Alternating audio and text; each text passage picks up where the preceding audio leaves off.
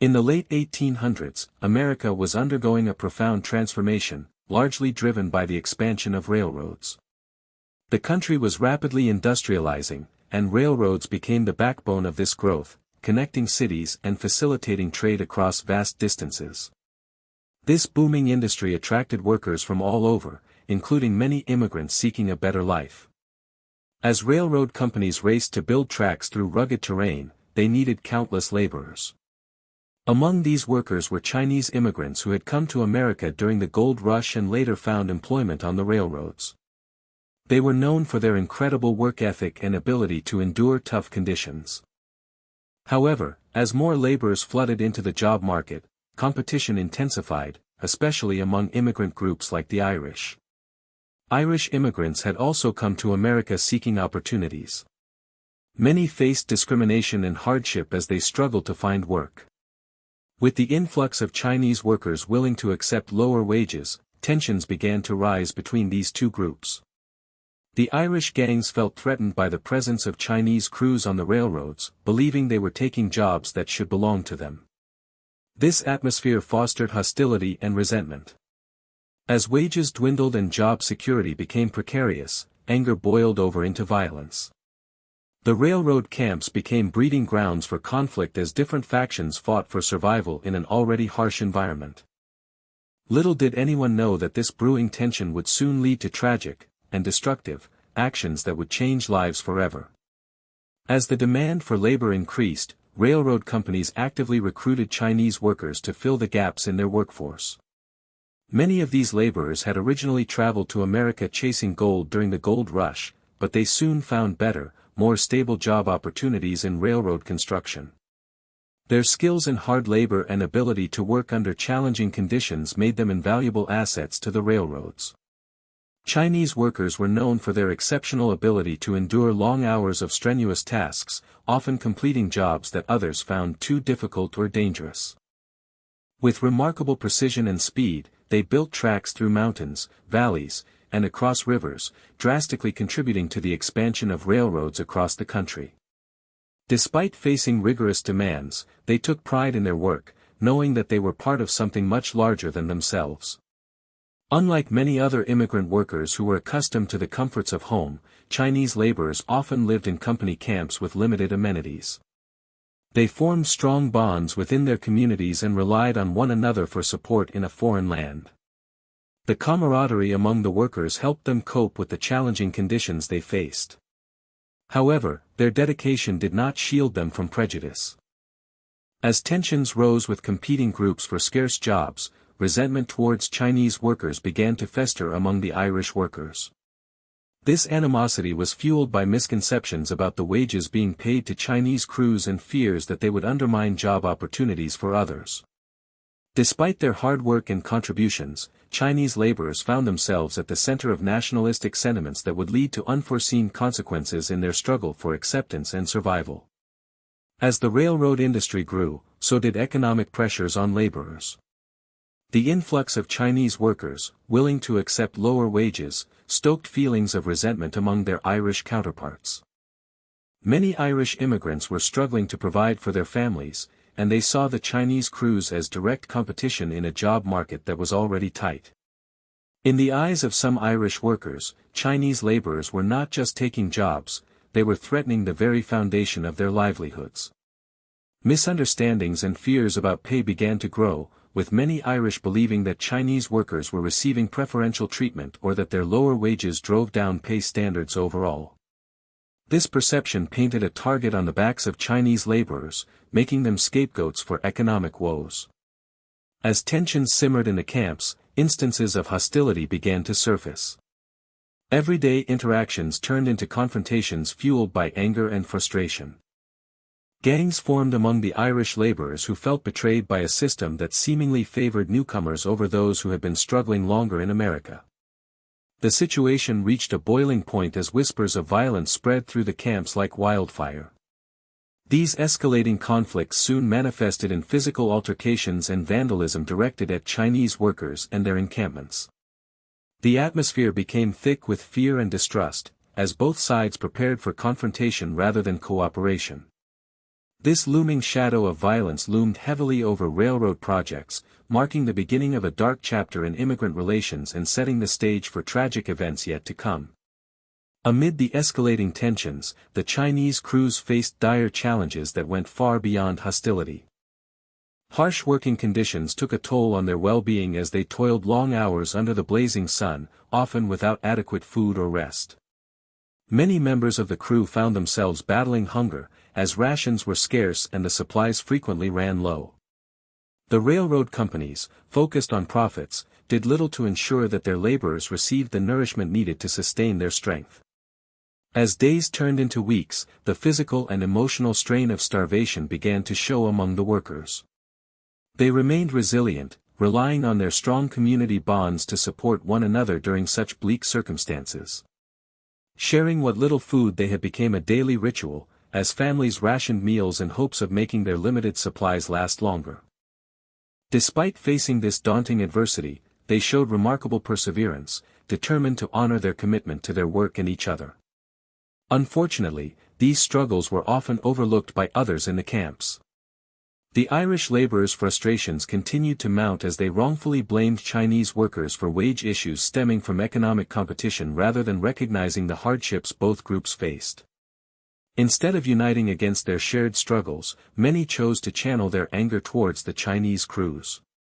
This environment of misunderstanding and desperation created a perfect storm for conflict. As rumors spread about the supposed privileges enjoyed by Chinese workers, despite evidence to the contrary, the situation escalated further. Each day became a fight for survival not just against starvation but also against an increasingly hostile environment that threatened everything they had worked for. As frustration and resentment boiled over, Irish gangs began to respond to their perceived threat from the Chinese workers with aggression. They felt cornered by the competitive job market, where the presence of Chinese laborers, who worked for lower wages, seemed to undermine their own efforts to secure employment. This competition was not just about jobs, it threatened their ability to provide for their families and maintain a foothold in an already struggling economy. Fueled by anger and a sense of betrayal, Irish workers organized into gangs, often meeting in secret to discuss strategies against the Chinese crews. Their conversations were rife with accusations, blaming the Chinese for everything from decreased wages to perceived favoritism from railroad companies. Many Irish workers felt that they were losing their identity as hardworking immigrants in America, and they sought someone to blame. The tensions erupted into acts of violence and vandalism. Irish gangs would confront Chinese workers head-on, often leading to physical altercations that spilled out into the streets of railroad camps. These confrontations became increasingly brutal, with reports of assaults aimed at intimidating the Chinese crews into leaving or reducing their numbers. The gangs believed that by striking out against the Chinese, they could reclaim what they saw as lost opportunities. In one shocking event, Irish gangs torched boxcars used by the Chinese crews, hoping to send a clear message: they were unwilling to accept any competition for jobs.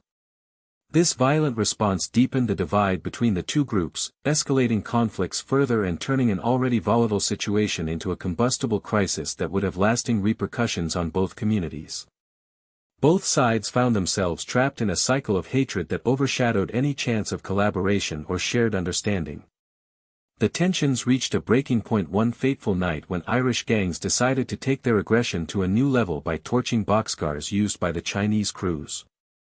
This act of arson was not merely an act of vandalism, it symbolized their deep-seated anger and frustration over the perceived threat posed by the Chinese workers. The boxcars, filled with supplies that were essential for the Chinese laborers, represented more than just property, they embodied the hopes and hard work of those struggling to survive in a harsh world. As flames engulfed the boxcars, the glow illuminated the night sky, casting eerie shadows across the camps. The fire crackled loudly, almost like a victory cry for those who believed they were reclaiming their lost opportunities. It served as a powerful message to both groups: the Irish gangs were determined to make their feelings known, and they would stop at nothing to assert their dominance. For the Chinese workers, witnessing their resources go up in flames was devastating. They understood that this violence was a direct attack on their existence in these camps and an extension of the hostility they faced daily. The loss of supplies added to their struggles, further exacerbating their already dire situation. In that moment, the violence marked a significant turning point in the conflict.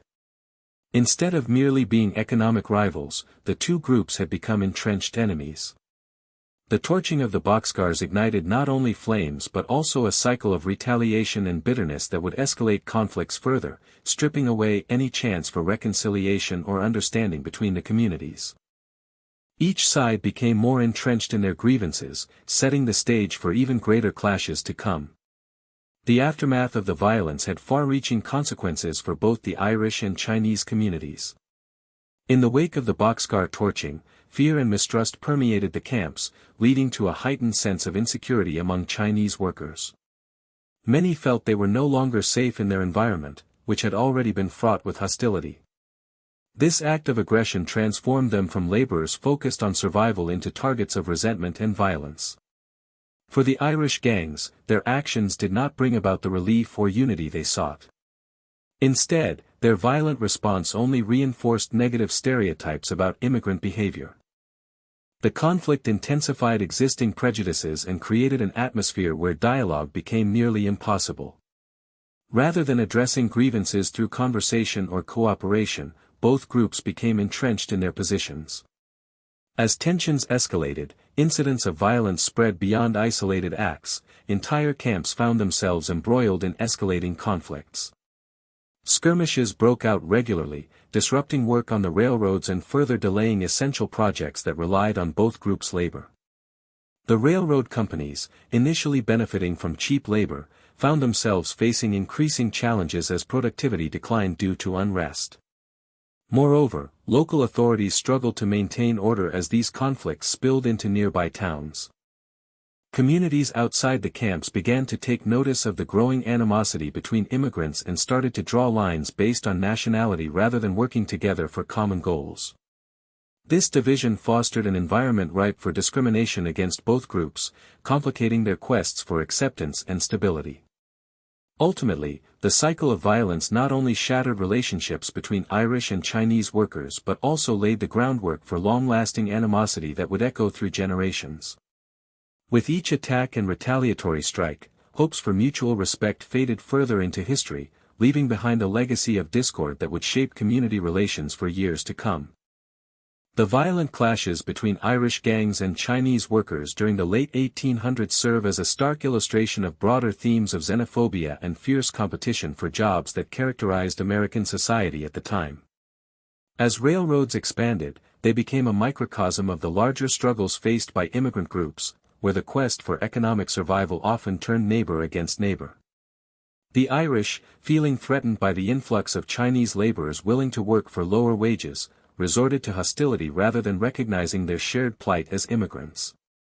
This incident reflected a pervasive fear among many Americans that their economic opportunities were dwindling due to the presence of new immigrant groups. Such sentiments led to scapegoating behaviors where one community blamed another for their hardships, showcasing an unwillingness to unite against common challenges. Instead of collaborating to improve conditions for all workers, divisions emerged along ethnic lines, fueled by misconceptions and stereotypes. Moreover, this conflict highlighted the systemic failures of railroad companies that prioritized profit over worker welfare. By exploiting immigrant labor and neglecting to ensure fair treatment or adequate working conditions, these companies exacerbated tensions among workers who were already struggling to survive in a harsh economic landscape. The cycle of resentment and violence that ensued not only damaged relations between the Irish and Chinese but also set a dangerous precedent for future interactions among diverse immigrant communities. Ultimately, this episode reveals how competition for jobs can exacerbate prejudices and create environments ripe for discord. It serves as a reminder that in times of economic uncertainty, it is crucial to foster understanding and solidarity among different groups rather than allowing fear and anger to dictate relationships.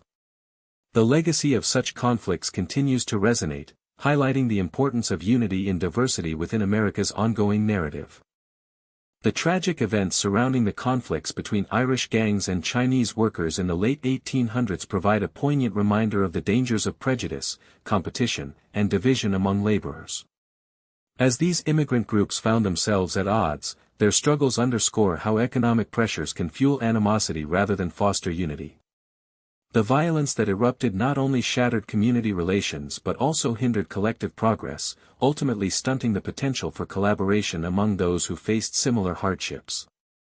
Reflecting on this history reveals salient lessons about the importance of empathy and understanding in today's workforce.